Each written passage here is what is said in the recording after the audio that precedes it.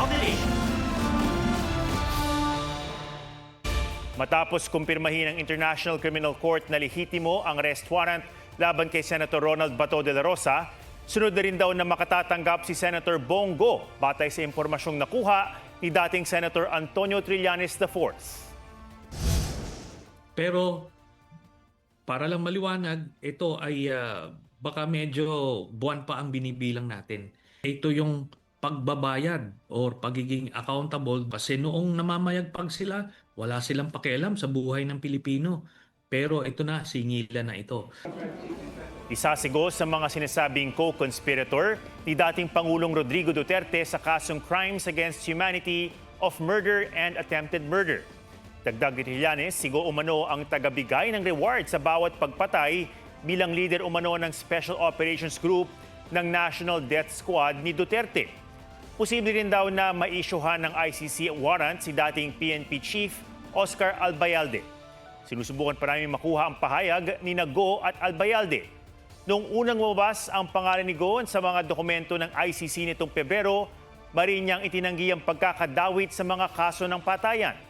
Tinawag niya itong unfounded, one-sided at unfair at di bahagi ng kanyang pagiging special assistant to the President sa Duterte administration. 5 senador sa minorya ang naghain ngayon ng resolusyon na humihimok kay Senator Bato de la Rosa na sumuko sa mga otoridad. Tumangging magkomento riyan si de la Rosa. Nauna niyang ginit na hindi siya dapat arestuhin ng ICC at nagsumamo ng proteksyon mula mismo kay Pangulong Bongbong Marcos. May report si Ian Cruz. It's a crime. This is the worst government. Isang gigil na Senador Ronald Bato de la Rosa ang nagbalik kahapon sa Senado. This is the Senate.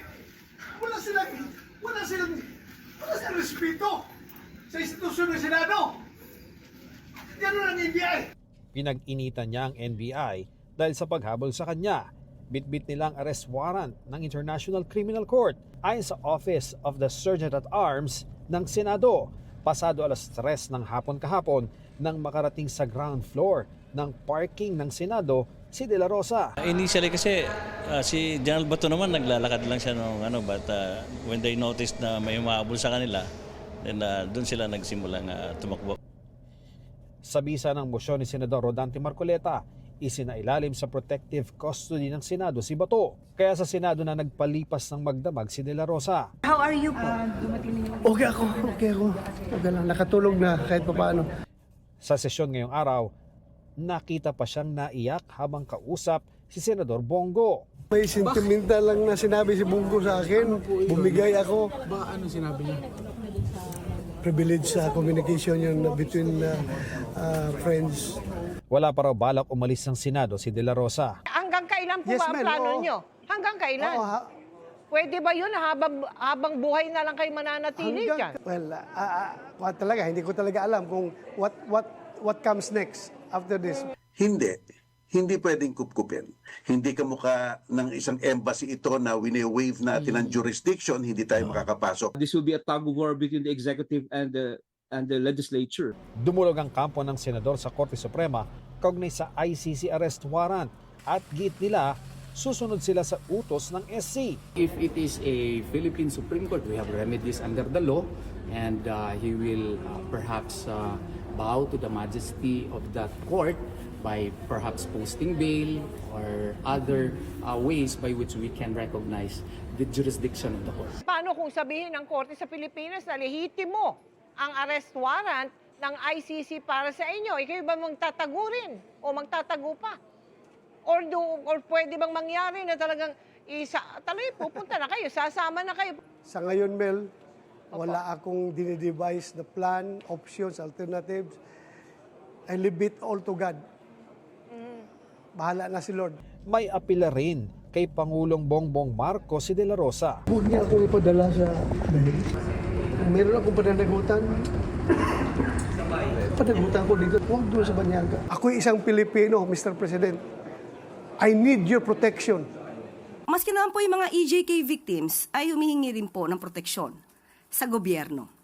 So, ang akusadong katulad ni Senator Bato ay humingi ng proteksyon. Lahat naman po ay bibigyan ng proteksyon na naaayon sa batas. May tugon din ang Malacanang sa mga naging pahayag ni De La Rosa sa Pangulo. Nag-iisip-isip rin siya na baka darating rin ang araw na ikaw rin, sir, ay malagay sa sitwasyon ko. Malagay sa sitwasyon ni Pangulong Duterte. Sana tinanong niyo muna kung anong kaso. Kasi kung pag-uusapan natin kung madadala siya sa dahig, that's definitely impossible. Kasi ang Pangulo ay hindi nag-commit ng EJK. Isa si De La Rosa sa mga tinukoy na co-perpetrator sa Crimes Against Humanity case ni dating Pangulong Rodrigo Duterte dahil sa madugong drug war. Wala akong tinatay na tao at wala akong inutusan na patayin ninyo yan. Si Vice President Sara Duterte, nakaalyado ni De La Rosa, hindi raw nagustuhan ang tangkang pag-aresto kay Bato. Mali yan. Tulad ng ginawa nila kay dating Pangulong Rodrigo Duterte, mali din yun. Dahil ang isang warrant of arrest galing sa labas ng Pilipinas, hindi issued by a Philippine court, should be presented in a Philippine court. Batay sa saligang batas, ang mga mambabatas na ligtas sa pag-aresto kapag nakasesyon ng Kongreso ay iyong may kasong ang parusa ay kulong na hanggang 6 na taon. At dahil ang Crimes Against Humanity ay kulong habang buhay ang parusa, para sa ilang eksperto sa international law, pwedeng arestuhin si Bato. Yes, it's possible. By force, yes, it's possible. If you are a member of Congress, you are not immune from committing heinous crimes, grave offenses. The language of the Constitution is clear. It's only limited to cases not punishable by not more than 6 years. Bago matapos ang sesyon ngayong araw, naghain ang 5 senador na bahagi ng bagong Senate minority ng resolusyong humihimo kay De La Rosa na sumuko sa mga otoridad at humanap ng mga legal na hakbang. Ian Cruz, GMA News. Isang lolo ang inaresto at sinaktan pa umano dahil sa paglabag niya sa ordinansa kontra panlilimos sa Cebu City. Aminado ang 68 taong gulang na lalaki na kapalit ng pagtugtog niya ng harmonika ay pambili sana ng pagkain ng kanyang batang apo. Pero bigla raw siyang hinuli at binugbog ng mga tauhan ng City Anti-Mendicancy Office. Itinanggi ng tanggapan ang paratang. Iniimbestigahan pa ang insidente. Sa ilalim naman ng Anti-Mendicancy Law of 1978, pinagbumulta nito ng hindi hihigit sa 500 pesos at ikukulong na hindi lalampas ng 2 taon ang mga mahuling manlilimos. May multa rin sa magbibigay ng limos. Pinangalanan na ang bagong lead defense counsel ni dating Pangulong Rodrigo Duterte. Yan ang British lawyer na si Peter Haines na eksperto sa international criminal and humanitarian law. Ayon kay Kaufman, pinili si Haines ng common law wife ni Duterte na si Hanilet Avancenia at anak nilang si Kitty Duterte. Isinapubliko si Haines matapos iutos ng ICC kay Kaufman na alisin ang redaction sa kanyang withdrawal request kung saan nabanggit niyang may kapalit na siya. Kinumpirma na rin daw na ni Haines kay Kaufman na handa itong magtrabaho para sa dating Pangulo at makakadalo sa status conference sa May 27. Isa sa mga hinawakan niyang kaso ang asuntong war crimes at crimes against humanity ni Jean-Pierre Bemba ng Democratic Republic of the Congo. Na-convict siya noong 2016 pero napawalang sala noong 2018 dahil nanalo sa apela at ngayon Deputy Prime Minister sa kanilang bansa. Walang sasayanging oras ang Senado sakaling matanggap nila ang articles of impeachment laban kay Vice President Sara Duterte ayon kay bagong Senate President Alan Peter Cayetano. Ang Kamara naman niyahanda at sisinsinin ang mga kopya ng articles of impeachment na itatransmit sa Senado. May report si Jonathan Nandar. The motion is approved.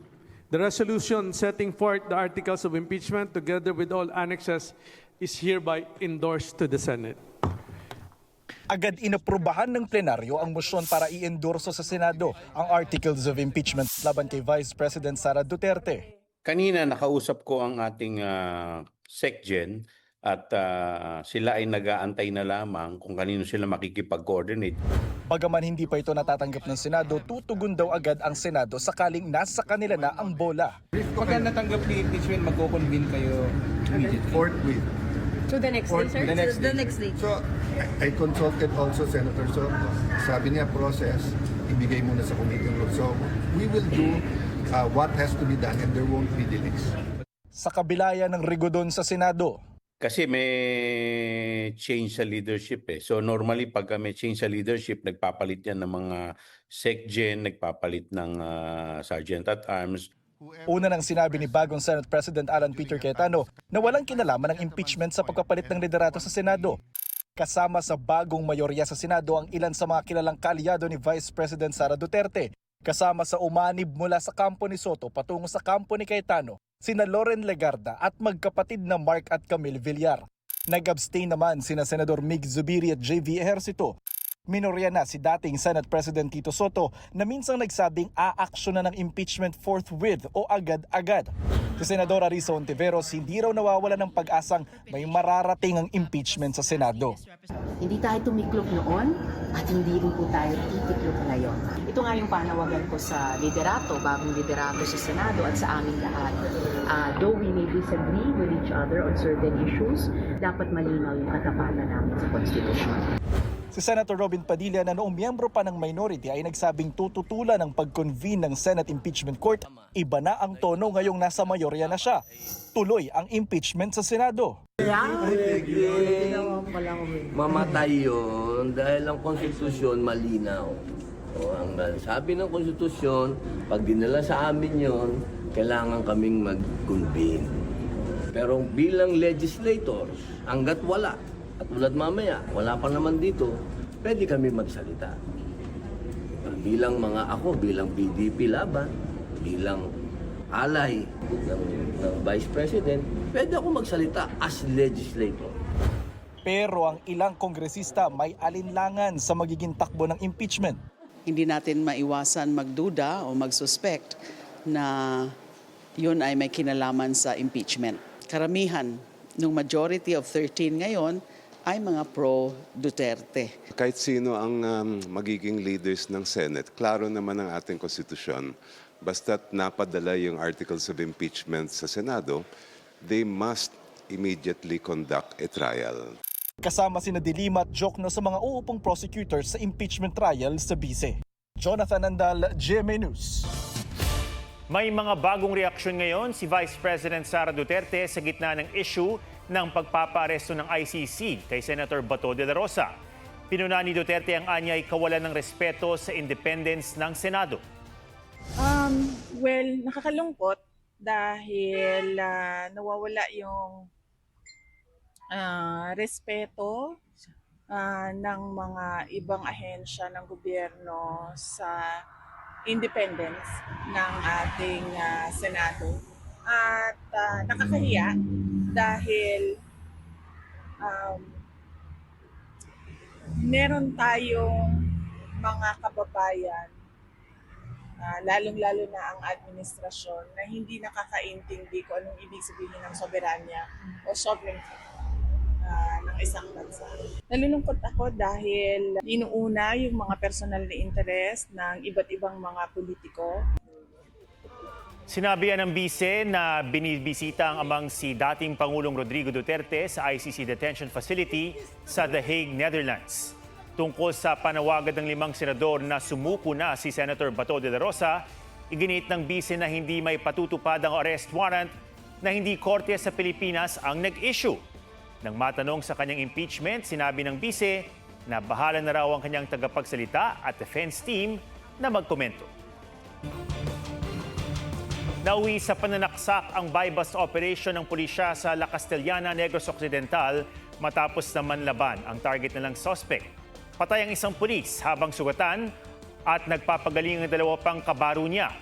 Bukod sa drug suspect, inaresto ang kanyang nanay na kasama raw na manlaban at nanaksak. Na-recover din sa operasyon ng mahigit 47,000 pesos na halaga ng hinihinalang shabu. Haharap sa reklamo ang mag-ina. Wala pa silang pahayag.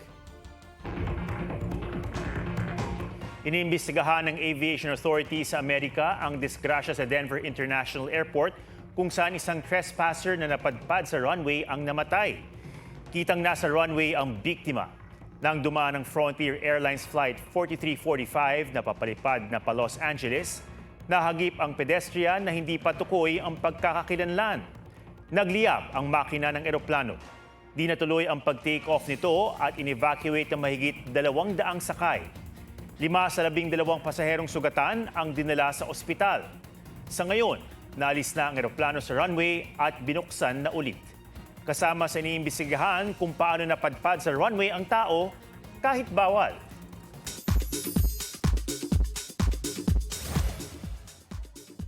Sa gitna ng usap-usapang kasal umano ni Bea Alonzo at Vincent Con nuptial sa Spain, best friend ni Bea na si Dimples Romana nagpost ng mga kuha sa Almudena Cathedral sa Madrid. Hanggang ngayon, wala pa rin kumpirmasyon kina Bea at Vincent sa kabila ng pag-viral ng kanila umanong marriage bans. Film singer at America's Got Talent Season 20 winner Jessica Sanchez gusto raw magka-project with more Filipino singers at kumanta ng Filipino songs. Todo flex din siya sa musical inclination ng kanyang baby daughter na si Eliana. I am learning Tagalog with my daughter right now. We're learning with the flashcards and everything. Nagpasalamat din siya sa mainit na suporta ng Pinoy fans. So I encourage you guys to dream big and to keep fighting for your dreams. Ex-PBB housemate Kobe Brown, social media personality Baninay Bautista at British-Filipina island girl Nicole Fortuna pumirma bilang certified sparkle artists. Looking forward na raw sila sa new experiences at makatrabaho ang kanilang mga idolo. I want to be like a Kuya Ding Dong. I'd love to work with Kuya Dennis Trillo. And I really love Miguel Tan Felix. Si Jillian kasi, someone that I think that I'd be a good pair with. Matagal ko na pong gusto and this is the perfect timing para sa dito po sa opportunity na to with Status by Sparkle. I was struggling to kind of make new connections with people because I'm quite shy, but this will bring me out of my comfort zone, which I'm really excited about. So we're growing our stable of artists. We're very happy to welcome them. I think they're very, very good additions to the Sparkle family. Athena Imperial, GMA News. At yan ang mga balitang dapat niyong malaman. Ito ang GMA News. Walang kinikilingan, walang pinoprotektahan. Noon at ngayon, serbisyong totoo. Ako po si Ato Maraulio at ito ang State of the Nation.